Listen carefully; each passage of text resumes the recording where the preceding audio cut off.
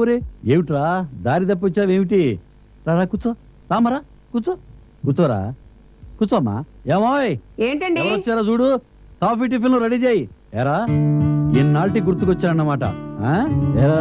బాగున్నావా? మీరా అన్నయ్య గారు? అబ్బాబ్బా, ఇలా వచ్చారో లేదో అప్పుడే సుత్తి మొదలు పెట్టేశారా? వదిన గారు బాగున్నారు అన్నయ్య? బాగానే ఉందమ్మా. ఏమ్మా బాగున్నావా? బాగున్నానంటీ. మీరు మాట్లాడుతూ ఉండండి, నేను ఇప్పుడే వస్తాను. అలాగే అలాగే, నువ్వు టిఫిన్లు రెడీ చేయి. చూడమ్మా, వీడు అదేనమ్మా మీ నాన్న. వీడు మొండి మనిషి అమ్మా. రే, నాకు కూడా మాట్లాడడానికి అవకాశం ఇవ్వరా? ఏది, నేను ఇంకా మాట్లాడడం మొదలెట్టందే నువ్వెక్కడ మాట్లాడతావో? ముందు నేను మా కోడల్ని ఇంటర్వ్యూ చెయ్యాలి. ఏమిట్రా అది? చెబుతానుగా. చూడమ్మా, ఈ బడుద్దాయి నిన్ను బాగానే చూసుకుంటున్నాడా? ఏమిట్రా అది? నువ్వు ఉండవై, చూస్తున్నాడు కదా.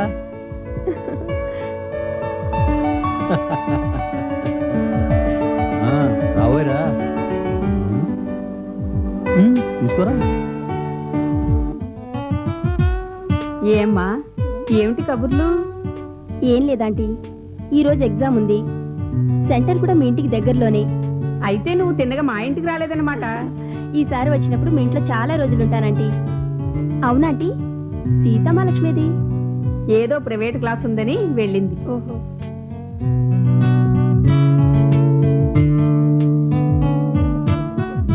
రే, అమ్మాయికి ఎగ్జామ్స్ టైం అయింది, ఇక మేము వెళ్ళొస్తాం. రే, పెద్దల్ని అడిగానని చెప్పరా. అలాగే, వస్తాంరా. వస్తానంటీ. అలాగే అమ్మా, ఎగ్జామ్ అయిన తర్వాత మళ్ళీ ఇక్కడికి వచ్చేళ్ళు. అలాగే. చూసారా అమ్మాయి ఎంత లక్షణంగా మహాలక్ష్మి లాగుందో? కోడలంటే అలా ఉండాలి. పెద్దోడు జానీకి రమ్యనిచ్చి పెళ్లి చేస్తే ఎలా ఉంటుందంటారు? చాలా బాగుంటుంది. మన జగన్ కూడా జానీ అంటే చాలా ఇష్టం. వాడి ఇంటికి వచ్చినప్పుడల్లా పెద్దల్ని అడిగానని చెప్పమని మరీ మరీ చెబుతూ ఉంటాడు. జానీకి రమ్యకి పెళ్లి జరిగితే వాళ్ళిద్దరికంతా చూడముచ్చటగా మేడ్ ఫర్ ఈచ్ అదర్లా ఉంటుందో. మరి ఇంకేమండి, మంచి ముహూర్తాలు ఎప్పుడున్నాయో కనుక్కోండి. కనుక్కుందామని నాకు ఉంది.